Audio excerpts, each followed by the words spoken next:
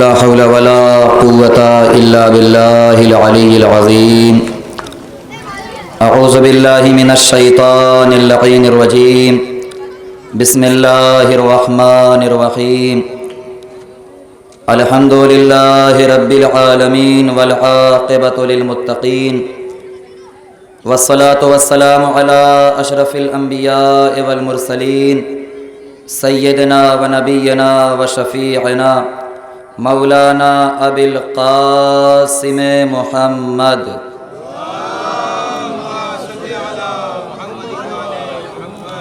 وآله الطيبين الطاهرين المعصومين المظلومين المنتخبين المنتجبين، ولعنة الله على أعدائهم وغاصبي حقوقهم ومنكري فضائلهم ومصائبهم أجمعين، من الآن إلى قيام يوم الدين. أما بعد، فقد قال رسول الله صلى الله عليه وآله وسلم: حسين مني وأنا من الحسين، أحب الله من أحب حسينا وأبغض الله من أبغض حسينا. صلوات پڑھیں پر محمد وآلہ.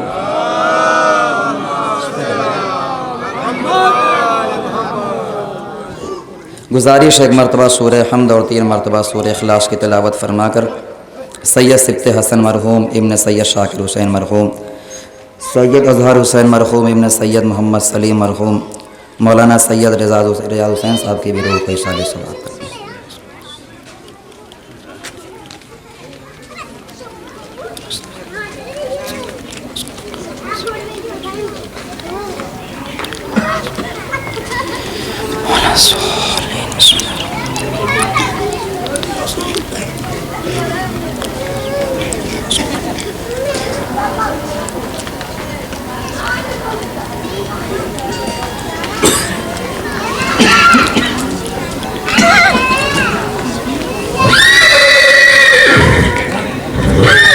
اللہم صلی اللہ علیہ. صلوات پڑھیں بر محمد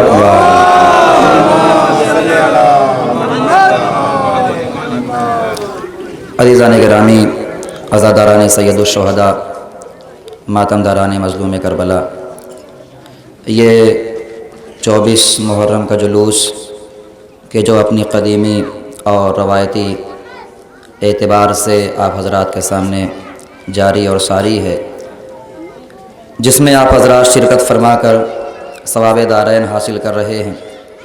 اور میں آپ کے سامنے یہ جملہ بھی عرض کرنا ضروری سمجھتا ہوں کہ دیکھیے، جلوس کوئی بھی ہو، چھوٹا یا بڑا نہیں ہوتا.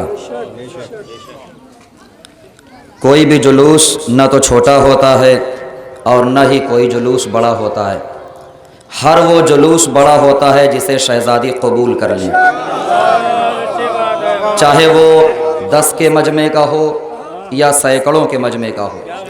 لیکن اگر بی بی قبول نہ کریں تو کتنا ہی زیادہ مجمع کیوں نہ ہو، وہ بڑا نہیں کہلاتا ہے.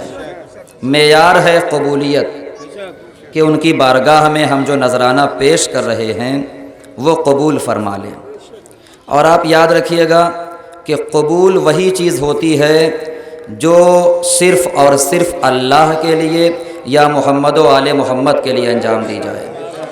اگر ہمارے اور دل میں یہ ہو، آپ کے دل میں یہ ہو کہ ہم جو جلوس کر رہے ہیں یا جو عزاداری کر رہے ہیں، مقصد یہ ہے کہ اتنا مجمع آئے، اتنے لوگ آئیں، تعریف ہو، تو اتنا یاد رکھیے کہ اس کا ثواب انہی لوگوں سے لینا پڑے گا جن سے امید رکھی جا رہی ہے.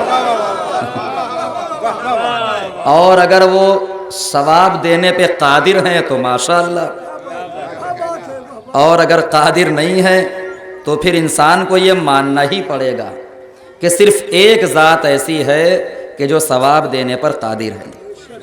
آپ دیکھ رہے ہیں ماشاءاللہ، صبح سے چاشت کے وقت سے جلوس ماشاءاللہ جاری اور ساری ہے. اور اتنے مومنین کرام، اتنے عزادار آپ حضرات کے سامنے، نظروں کے سامنے آئے، زیارت کرنے کے لیے نوحہ کیا، ماتم کیا، گریہ کیا، اور پھر اپنے اپنے گھروں کو واپس بھی ہو رہے ہیں. آپ کبھی تصور کریے کہ ہماری قوم 2 مہینے 8 دن کے اندر کتنا زیادہ لٹا دیتی ہے، کتنا زیادہ خرچ کر دیتی ہے. کبھی آپ نے اس کا حساب کیا؟ کبھی آپ نے سوچا؟ دیکھیے ایک جملہ کہہ رہا ہوں، ہمارے محترم صاحب بیٹھے ہوئے ہیں جناب ظفر صاحب، جملے کی تائید فرمائیں گے۔ دنیا اتنی خوشی سے خوشی نہیں مناتی عزادار جتنی خوشی سے غم مناتے ہیں۔ یا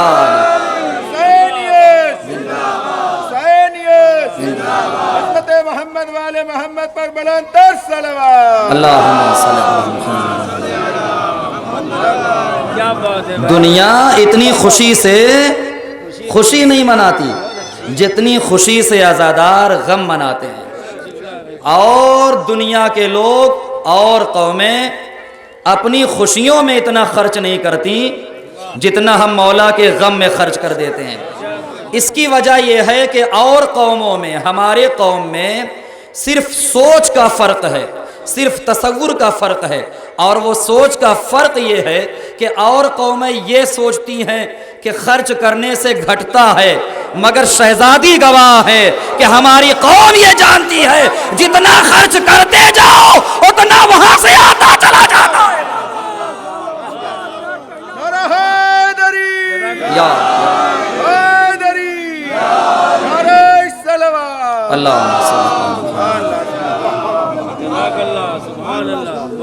اب کیسے کیسے لوگ ممبروں پہ آنے لگے ہیں اور یہ کہنے لگے ہیں کہ عزاداری کے خرچے کو بچا کر کے اس سے یہ کرایا جائے، وہ کرایا جائے، یہ کرایا جائے، وہ تعمیر کرایا جائے۔ میرا ان سے ایک سوال ہے کہ ذرا یہ بتائیے کہ آپ کو خالی عزاداری کا ہی خرچہ نظر آتا ہے؟ اور دیگر مقامات سے پیسے لیجئے، یہاں پہ صرف کیجئے اور سنیے کہ اس عزاداری میں جہاں تک خرچ کا معاملہ ہے تو میری عمر بہت کم ہے، مشاہدہ بہت کم ہے، لیکن مجھ سے بزرگ آپ حضرات ہیں، آپ حضرات تائید فرمائیں گے کہ دنیا کا رئیس سے رئیس آدمی ہو، امیر سے امیر آدمی ہو، اگر اس نے دولت کو دبا دبا کے رکھا اور عزاداری میں خرچہ نہ ہوا تو نتیجہ بتاؤں کیا ہوتا ہے؟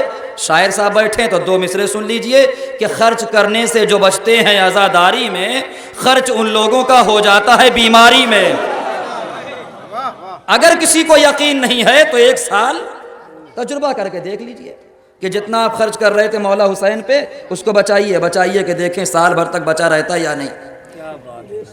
اگر بچا رہ گیا تو میں جھوٹا نہیں ہوں، شہزادی کی زبان پہ حرف آ جائے گا، کیونکہ شہزادی کا یہ کہنا ہے جو میرے لال حسین کی عزاداری میں خرچ کرتا ہے گویا وہ میرے اوپر احسان کرتا ہے۔ اب اس سے بڑا کوئی جملہ ہو سکتا ہے؟ اس سے بڑی کوئی بات شہزادی کہہ سکتی ہیں؟ آپ لوگوں کے ساتھ احسان کرنا الگ ہے، بی بی کے ساتھ احسان کرنا الگ ہے۔ جی یہ جلوس یا عزاداری یہ خالی ہمارا سڑکوں پہ آنا، محض سڑکوں پہ آنا نہیں ہے، بلکہ یہ جلوس کا نکالنا، علم کا اٹھانا، ماتم کا کرنا، یہ ساری چیزیں کچھ نہ کچھ ثبوت رکھتی ہیں، کچھ نہ کچھ وجہ رکھتی ہیں، جس میں سب سے بڑی وجہ یہ ہے کہ ہم اس لیے سڑکوں پہ آتے ہیں، ہم مولا حسین کا نام لے کر کے اس لیے محلوں میں نکلتے ہیں تاکہ دنیا والوں کو بتا سکیں کہ ہم مظلوم کے طرفدار ہیں، ظالم کے طرفدار نہیں ہیں، ہم مقتول کا ماتم کرنے والے ہیں، قاتل کو یاد کرنے والے نہیں ہیں۔ اب آپ سنیے، ایک شخص تھا، اس نے ہماری شیعت کے حوالے سے ایک نظریہ قائم کیا اور تعریف یہ کی کہ شیعہ قوم وہ ہے کہ جن کے گھروں کے اوپر عباس کا پرچم ہوتا ہے، شیعہ قوم وہ ہے جن کے گھروں کے اوپر علم ہوتا ہے۔ تو وہیں پر ایک مولائی انسان بیٹھا ہوا تھا، اس نے کیا غضب کا جواب دیا، ماشاءاللہ ادبیات سننے والے بیٹھے ہوئے ہیں، کیا کہا کہ شیعہ قوم وہ ہے جن کے گھروں کے اوپر علم ہوتا ہے۔ وہیں پہ ایک علی کا چاہنے والا بیٹھا ہوا تھا، اس نے کہا یہ نہ کہو کہ شیعوں کے گھروں کے اوپر علم ہوتا ہے، بلکہ یہ کہو کہ علم کے نیچے شیعوں کا گھر ہوتا ہے۔ پتہ نہیں کون سمجھا کون نہیں سمجھا۔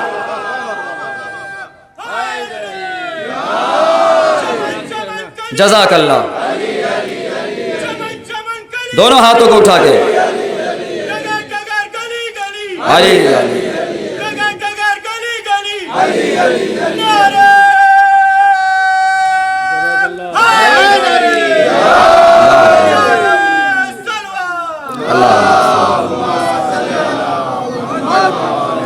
دیکھیے، کیونکہ آج کا جلوس اس شخصیت کے حوالے سے ہے جو خالی ساجد نہیں ہے، سید سجاد ہے، عابد نہیں ہے، زین العابدین ہے، لہٰذا مجھے آپ کی شخصیت تک آنا ہے، 2-3 منزلیں لوں گا آپ کے سامنے، لیکن جملے آپ ملاحظہ فرمائیے گا۔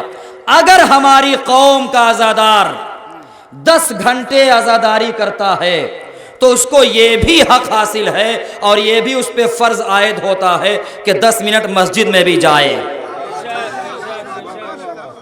اگر کوئی نمازی 10 منٹ مسجد میں گزارتا ہے تو اس پر یہ بھی فریضہ عائد ہوتا ہے کہ کم سے کم 1 گھنٹہ جلوس میں آئے۔ اس لیے کہ اگر صرف رونا ہی کمال ہوتا تو مولا سجاد صرف روتے نماز نہ پڑھتے۔ اگر صرف نماز پڑھنا ہی کمال ہوتا تو مولا سجاد اپنے بابا کی شہادت کے بعد صرف نماز پڑھتے، اپنے بابا پہ آنسو نہ بہاتے، لیکن مولا سجاد نے رو کر کے نماز پڑھ کر کے یہ بتایا سچا عزادار وہ ہے جو نمازی بھی ہو، سچا نمازی وہ ہے جو عزادار بھی ہو۔ ان جملوں کا آپ کو استقبال کرنا چاہیے تاکہ ہماری قوم کے اندر پتہ چلے کہ جذبہ کتنا ہے، خلوص کتنا ہے۔ سید سجاد کا ماتم کرنے کے لیے آپ آئے ہیں، جملہ سنیے۔ جن لوگوں کو نماز کی معرفت نہیں وہ نماز کے حق کو ہلکا سمجھتے ہیں، جن لوگوں کو عزاداری کی معرفت نہیں، سارا معاملہ ہے معرفت کا۔ بھائی 2 چیزیں ہیں، ایک ہے محبت اور ایک ہے معرفت۔ محبت کر لینا آسان ہے، معرفت ہونا مشکل ہے۔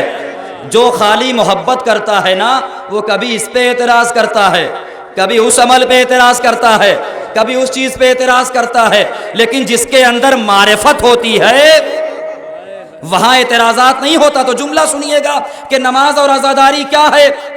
3 جملے پڑھوں گا بس پھر مصائب پہ۔ نماز پھول ہے جس کی خوشبو کو عزاداری کہتے ہیں۔ نماز پھول ہے جس کی خوشبو کو عزاداری کہتے ہیں۔ نماز جسم ہے جس میں دوڑنے والے لہو کو عزاداری کہتے ہیں۔ اللہ اکبر، اللہ اکبر۔ نماز دل ہے جس کی دھڑکن کو عزاداری کہتے ہیں۔ بفرق یہ ہے کہ نماز خدا تک پہنچاتی ہے، عزاداری حسین تک پہنچاتی ہے۔ یا علی اللہم صلی اللہ علیہ۔ ہر چیز کا ہمارے یہاں فائدہ ہے۔ بقول ڈاکٹر قلب صادق صاحب مرحوم کے کہ اسلام 2 چیزوں پہ ٹکا ہوا ہے، ایک علم، دوسرے فلسفہ۔ اگر یہ دونوں چیزیں ختم ہو جائیں تو اسلام کی عمارت گر جائے گی۔ تو ہر چیز کا فلسفہ ہے اور اس کا ثواب ہے۔ اب مثلاً ہمارے یہاں نماز واجب ہے تو اس کا ثواب بتایا گیا، اس کا فائدہ بتایا گیا۔ ہمارے یہاں نماز سے پہلے وضو ہے تو سنیے گا نوجوانوں، آپ کے لیے بیان کر رہا ہوں، بزرگان تو مجھ سے بہتر جانتے ہیں۔ تو وضو کا کیا فائدہ ہے؟ آپ میڈیکل سائنس اٹھا کر کے دیکھیے۔ میڈیکل سائنس یہ کہتی ہے کہ انسان اگر دن بھر میں 1 مرتبہ منہ دھلتا ہے تو اس کے چہرے کی چمک اور ہوگی، لیکن اگر 4 یا 5 مرتبہ منہ دھلتا ہے، ابھی بھی آپ خاموش بیٹھیں، تو اس کے چہرے کا رنگ کچھ اور ہوگا۔ تو نماز سے پہلے کیا ہے؟ وضو۔ اب میڈیکل سائنس کیا کہتی ہے کہ وضو کرنے سے انسان کی شکل پاک ہوتی ہے۔ وضو کرنے سے انسان کی شکل پاک ہوتی ہے۔ اسلام یہ کہتا ہے کہ نماز پڑھنے سے انسان کی عقل پاک ہوتی ہے۔ دیکھیے جملہ صرف کرنے جا رہا ہوں عزاداری کے حوالے سے، جیسے چاہیے گا سن لیجیے گا آخری جملہ فضیلت کا، کہ سائنس یہ کہتی ہے کہ وضو کرنے سے انسان کی شکل پاک ہوتی ہے، اسلام یہ کہتا ہے کہ نماز پڑھنے سے انسان کی عقل پاک ہوتی ہے۔ تو مجھے جملہ کہنے کا حق حاصل ہے، جس طرح سے وضو کرنے سے شکل پاک ہوتی ہے، نماز پڑھنے سے عقل پاک ہوتی ہے، اسی طریقے سے حسین کی عزاداری کرنے سے نسل پاک ہوتی ہے۔ جس کا عقیدہ اجازت دے بولے، کوئی زبردستی نہیں۔ تم ابھی سمجھے کیا ہو عزاداری کیا ہے؟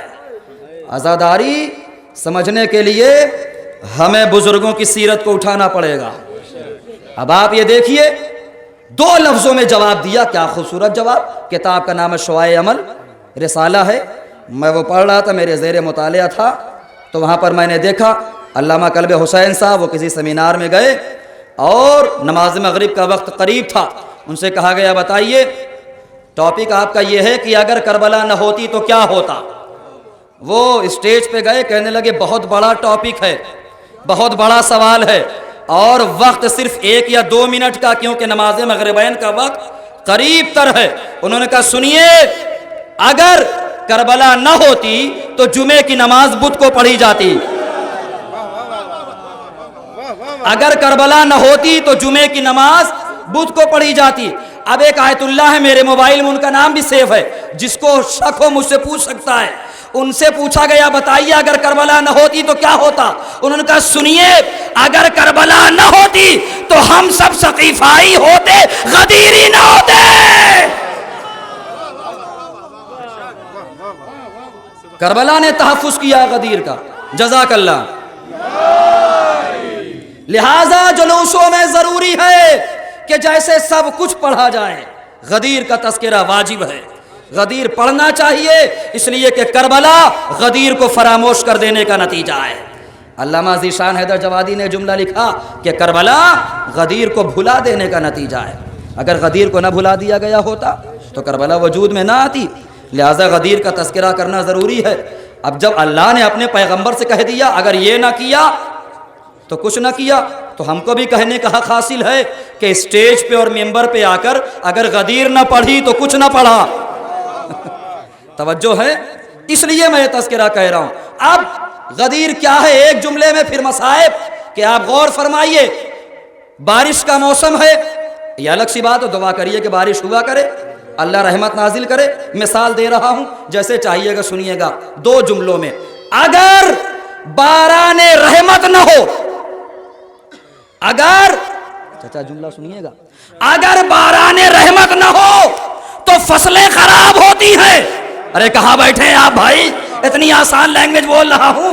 اگر باران رحمت نہ ہو تو فصلیں خراب ہوتی ہیں، اگر غدیر والے مولا کی ولایت نہ ہو تو نسلیں خراب۔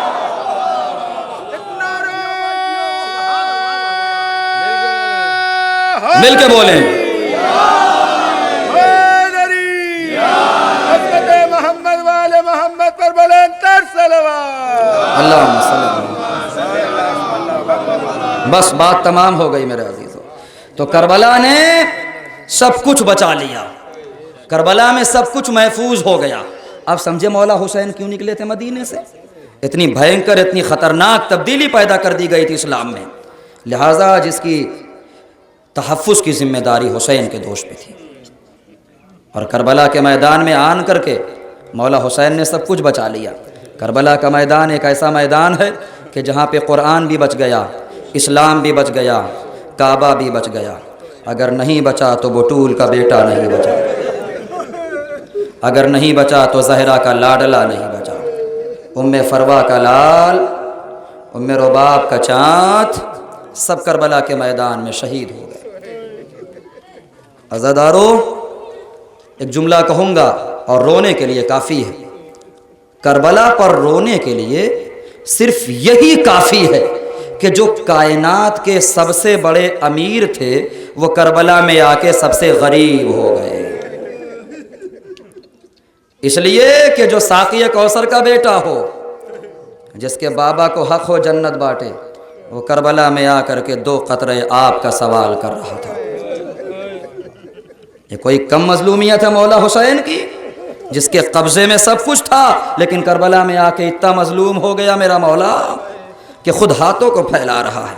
اور آج رونے میں تکلف نہ کرنا، اس لیے کہ آج آپ اس کا ماتم کرنے کے لیے آئے ہیں جو 40 برس تک اپنے بابا پہ رویا ہے۔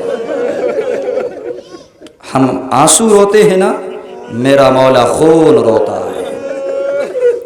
اور ایک جملہ کہوں، آج آپ نے تابوت اٹھایا ہوگا، یہاں تقریر میں بیٹھ کر کے مصائب سن رہے ہیں، تو اپنے آپ کو تنہا نہ سمجھنا کہ خالی آپ نہیں بیٹھے ہیں، یہیں پہ نہ جانے کہاں وقت کا امام بیٹھا ہو، کہ آج ہم بھی اپنے جد کے تابوت میں شریک ہیں، آج ہم بھی اپنے جد کو رونے کے لیے آئے ہیں۔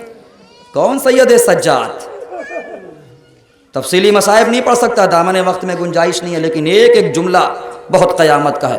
کون سید سجاد؟ بتاؤ۔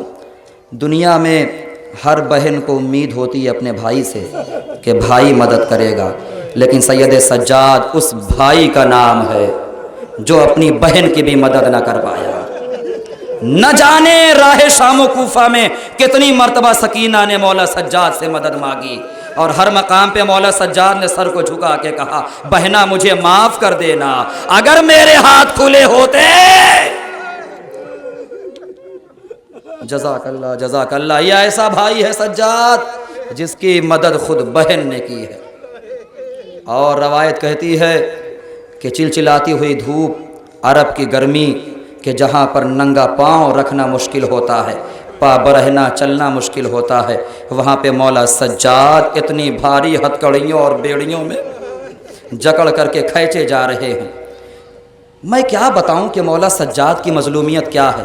آئیے مولا سجاد سے پوچھتے ہیں کہ مولا آپ بتائیے آپ کی مصیبت کیا ہے؟ میرے مولا نے رو کے فرمایا اقاد ذلیلا فی دمشق کأننی من الزنج عبد غاب عنہ نشیر۔ میرے مولا کہتے ہیں میری سب سے بڑی مظلومیت یہ ہے، مجھے راہ شام و کوفہ میں ان غلاموں کی طرح کھینچا جا رہا تھا جنہیں بیچنے کے لیے لے کے جایا جا رہا۔ اللہ اکبر، جنہیں بیچنے کے لیے لے کے جایا جا رہا ہو۔ میرا مولا سر کو جھکائے جھکائے چلتا رہا۔ میرے مولا کہتے ہیں کہ ہمارے اوپر 7 مصیبتیں ایسی ہیں جو بہت ہی سخت ڈھائی گئی۔ 7 مصیبتیں میں نہیں پڑھ سکتا، لیکن ہاں ایک مصیبت 2 مصیبت آپ کے سامنے تذکرہ کر رہا ہوں۔ میرے مولا فرماتے ہیں سب سے بڑی مصیبت یہ ہے کہ جب ہم شام میں داخل کیے جانے والے تھے تو ہمیں صدر دروازے پر روک دیا گیا۔ 1 دن اور 1 رات یعنی 24 گھنٹے میرے مولا نے کھڑے کھڑے گزارے ہیں۔ صرف میرے مولا نے نہیں، جناب زینب نے بھی، سیدانیوں نے بھی کھڑے کھڑے 24 گھنٹے گزارے ہیں۔ اور یہیں پہ بات تمام نہیں ہوئی عزادارو، روایت کہتی ہے کہ ہمیں کھڑے کھڑے جو تکلیف ہوئی وہ تو ہوئی تھی، لیکن جب اتنے میں شمر ملعون آیا اور اس سے ہم نے پوچھا یہ بتاؤ ہمیں یہاں کیوں کھڑے ہوئے ہو؟ میں اپنا جملہ نہیں، میری زبان کٹ جائے۔ مولا سجاد کہتے ہیں اب جب شمر ملعون نے جواب دیا تو اس جواب سے جو اذیت ہوئی نا سجاد کو، اتنی اذیت دھوپ میں کھڑے ہونے سے بھی نہیں ہوئی۔ میں نے پوچھا مولا سجاد وہ کون سا جواب دیا؟ مولا سجاد فرماتے ہیں جب ہم نے اس سے پوچھا یہ بتاؤ سب لوگ جا رہے ہیں شام کے اندر، ہمیں صدر دروازے پہ کیوں کھڑا کر دیا گیا؟ وہ ملعون اکڑ کے کہتا ہے سجاد ابھی کیسے چلے جاؤ گے، ابھی تو شہر کو سجایا جا رہا ہے، ابھی تو آئینہ بندی کی جا رہی ہے۔ میرے مولا نے جیسے ہی سنا ہتھکڑیوں میں کانپنے لگے۔ ارے میری بوبی زینب، نام رمو کا مجمع، اجرکم اللہ، جزاک اللہ۔ آواز گریہ بلند ہو گئی۔ اب اس سے جب وطن میں کسی نے کیا کلام، گزرے کہاں ہیں زیادہ ستم تم پہ یا امام؟ مولا نے 3 بار کہا شام شام شام۔ پوچھا مولا کیوں؟ کہا سرننگے مائیں بہنیں تھیں اور گرد خاص و عام، ارے زینب کا نام لے کے عدو شاد ہوتے تھے، بابا کا سر بھی روتا تھا اور ہم بھی روتے تھے۔ ایک بہت سخت جملہ پڑھوں، اجازت ہے؟ جن کی آنکھوں میں آنسو نہ آئے مولا سجاد سے معافی مانگے کہ مولا میری آنکھوں میں اشک آ جائے، اس لیے کہ اس پہ نہ روئیں گے تو کس پہ روئیں گے۔ روایت کے جملے ہیں عزادارو، پورے خاندان بنی ہاشم میں سب سے بڑے غیرت مند کا نام سجاد ہے۔ جملہ سمجھ گئے تو روتے ہوئے اٹھو گے۔ سب سے بڑے غیرت مند کا نام سجاد ہے۔ عباس بھی غیرت مند ہیں مگر مولا سجاد سے کم ہیں۔ کہیں گے کیوں؟ دلیل دوں، اس لیے کہ جب فرات کے کنارے سے خیمے ہٹانا ہوا تو شہزادی نے بس اتنا کہا تھا فضہ جا کر عباس سے کہہ دو اگر آنے میں دیر ہو گئی تو زینب خود خیمے کے باہر آ جائے گی۔ بات پہنچ رہی ہے، زینب خود خیمے کے باہر آ جائے گی۔ عباس جیسے غیرت مند سے برداشت نہ ہوا، فوراً خیمے کے اندر آ گئے کہ میری شہزادی میری زندگی میں خیمے کے باہر نہ آئے۔ اگر سجاد کی جگہ پر رائے شام و کوفہ میں میرا غازی عباس ہوتا، مجھے بتاؤ کیسے برداشت کرتا میرا مولا؟ سکینہ کو تماچے مارے جائیں عباس سے برداشت ہوگا؟ زینب کے سر سے چادر چھینی جائے عباس سے برداشت ہوگا کہ نہیں؟ عزادارو، روایت بتاتی ہے اسی بہن نے ایک مرتبہ دیکھا کہ میرا بھیا سجاد بار بار سر کو جھکا کر اپنے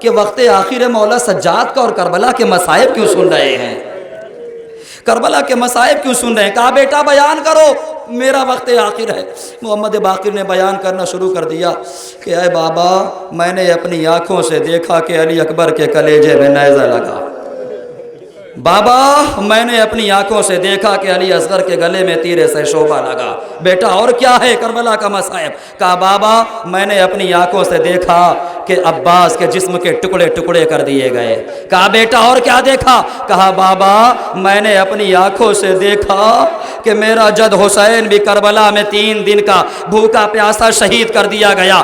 میرا مولا سجاد سنتا رہا، ابھی تک میرا مولا سجاد زندہ تھا، لیکن ایک مرتبہ جب محمد باقر نے کہا اے بابا آپ کی شہادت کے بعد میں نے دیکھا خیمے جلائے گئے، سمر تازیانہ لے کے آیا، زینب کے سر سے چادر چھینی، سجاد نے چیخ ماری، واہ جابا واہ زینبا، چیختا نکلنا تھا۔ محمد باقر نے نبض پہ ہاتھ رکھا، انا للہ و انا الیہ راجعون۔ اے میرے بابا آپ زینب کی بے پردگی کو اتنا زیادہ، انا للہ و انا الیہ راجعون۔ وسيعلم الذين ظلموا أي منقلب ينقلبون اللهم ارزقنا زيارة قبر الحسين في الدنيا وشفاعة الحسين في الآخرة ماتم يا حسين۔